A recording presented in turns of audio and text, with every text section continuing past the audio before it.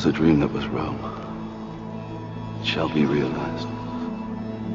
These are the wishes of Marcus Aurelius. Welcome to Watch Mojo. And today we're counting down our picks for the strangest, funniest, and most surprising reasons actors turn down a role. Now every time I see it, I feel like an idiot. Number 10. Warren Beatty thought he could play Dirk Diggler, Boogie Nights. I know Warren. I got to know Warren many years ago, about 20 years ago, when I was going to do Boogie Nights. I sent him the script and asked him to be in it. Before Burt Reynolds was cast in the role of Jack Horner in Boogie Nights, director Paul Thomas Anderson had wanted Warren Beatty for the parts. He sent him the script, and it seemed like he was interested in doing it. Eddie Adams. Eddie Adams from Torrance. Yep. Jack Horner, filmmaker. Really? Yeah. Except a couple of weeks into their discussion, PTA realized that Beatty thought he was being asked to play the role of late-teen Dirk Diggler in the film, the role that eventually went to Mark Walberg. That he thought that I was asking him to play Dirk Diggler, and I started to realize, but you know, you're 60. And no, I know, but I think I could do it. Anderson quickly cleared up the miscommunication, explained that the 60-year-old was too old for the Diggler role, and asked him to play Horner. Beatty was no longer interested. That's my dream. To make a film that is true and right and dramatic. Number 9. Mark Walberg wanted to give a character a lisp, Donnie Darko. If you've seen Donnie Darko, you know it's a pretty strange film, with falling jet engines and a mysterious stranger in a rabbit costume. While writer and director Richard Kelly was obviously open to taking the film down some wonderfully different paths, giving the main character a lisp wasn't one of them. And although Jake Gyllenhaal, the guy who played Donnie in the film, was obviously okay with that, Mark Walberg was not. What's this got to do with me, huh? Why are you pretending to be a cop? You see, Walberg was one of the actors Kelly approached to play the title character, but Walberg, for some reason, felt strongly that he wanted to play Darko with a lisp. And as we all know, he didn't end up playing the part. You want to serve the Commonwealth, this is your chance.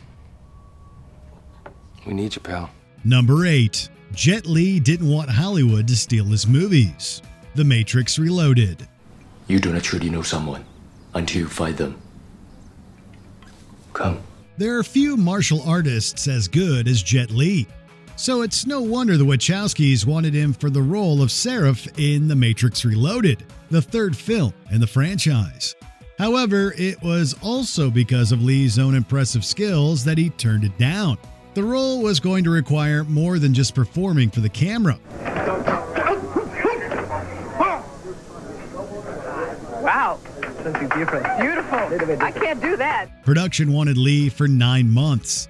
6 of those months would involve working with a digital capture team to record and copy his moves, which they would own the rights to. Li couldn't accept that, so he passed. And if we're unlucky, There will be many men. Number 7. Tom Cruise had too many questions about Edward Scissorhands. Edward Scissorhands. What happened to you? I'm not finished. Although he wasn't Tim Burton's first choice for the part, the studio insisted that he meet with Tom Cruise for the titular role in his 1990 film, Edward Scissorhands. Given that Cruz had the studio behind him, had he wanted it, there's a good chance the role would have been his. A bartender with a mind for everything. The bartender. The highest evolution of the species. Who's us New Yorkers? But he had too many questions. Questions that couldn't be answered. Like, how did Edward use the restroom? Or, how did he stay alive for so long without eating? Yes, these are legit questions, but not for this character. In an interview, screenwriter Caroline Thompson stated that not answering those kinds of questions was part of the delicacy of the story. How do you know he's still alive?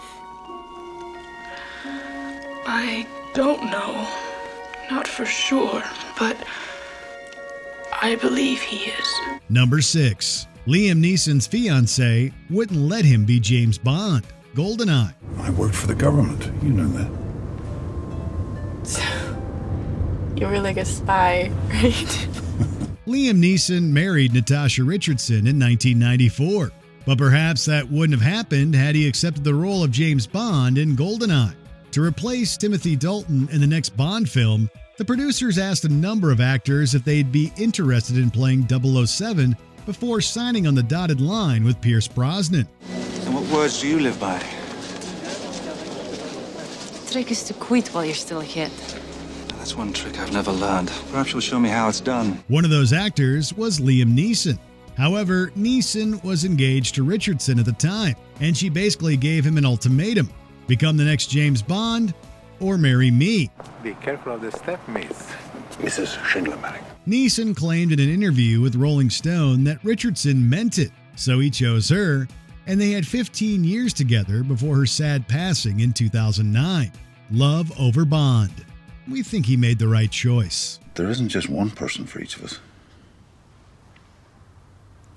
It was for Kate and Leah. It was for you.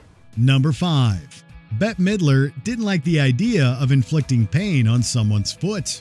Misery. I'm your #1 fan.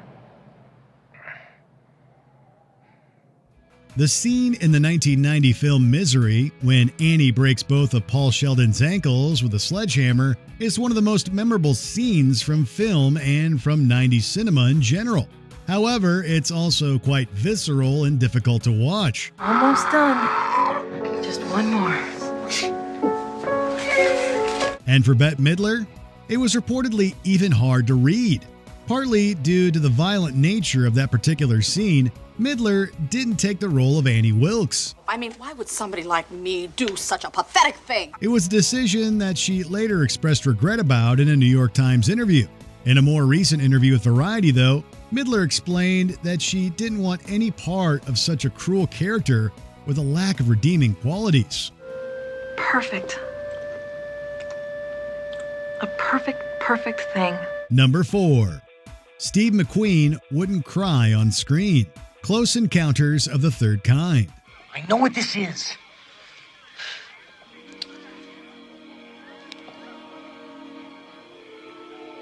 This means something. Richard Dreyfuss was great in the lead role of Roy Neary in Steven Spielberg's 1977 classic, Close Encounters of the Third Kind, but he wasn't the director's first choice. That honor went to the great Steve McQueen. The role would have been his had he wanted it. McQueen really liked the script, but it had an emotional crying scene. Well, I guess you've noticed something that's a little strange with Dad. He told Spielberg he wouldn't be the right fit to properly embody the character because he doesn't do that. Though many media outlets incorrectly reported McQueen said he couldn't cry on cue, Spielberg would correct that in a 2024 Turner Classic Movies Film Festival interview. Were it more? And you the dedication I was led to believe? You believe what you want. He clarified that McQueen said he wasn't interested in breaking down crying on camera, not that he couldn't do it at all. You work your side of the street, and I'll work mine. Number 3. Eddie Murphy didn't understand animation and live actors working together. Who Framed Roger Rabbit? Right there, there he is. Is there a problem, officers? There were few, if any, bigger comedy stars than Eddie Murphy in the 80s. From stand-up to Saturday Night Live to the movies, Murphy was a hit machine. Well, you ain't got nothing to worry about then. I don't know what y'all think I am. Take me for some kind of fool. But he just didn't understand Who Framed Roger Rabbit. Eddie Murphy didn't understand animation and live actors working together. So when the filmmakers came calling, including executive producer Steven Spielberg, Murphy turned them down. You were going to be in that? Yeah, I was going to be the Bob Hoskins dude. And I was like, what animation and people? That sound like bullshit to me. He later expressed regret about that decision, admitting on The Tonight Show starring Jimmy Fallon that he felt like an idiot every time he saw the film. Okay, sure. I admit it. I got a little steamed when you showed me those pictures. Number 2. Jack Nicholson isn't Italian-American. The Godfather. If Clemenza can figure a way to have a weapon planted there for me,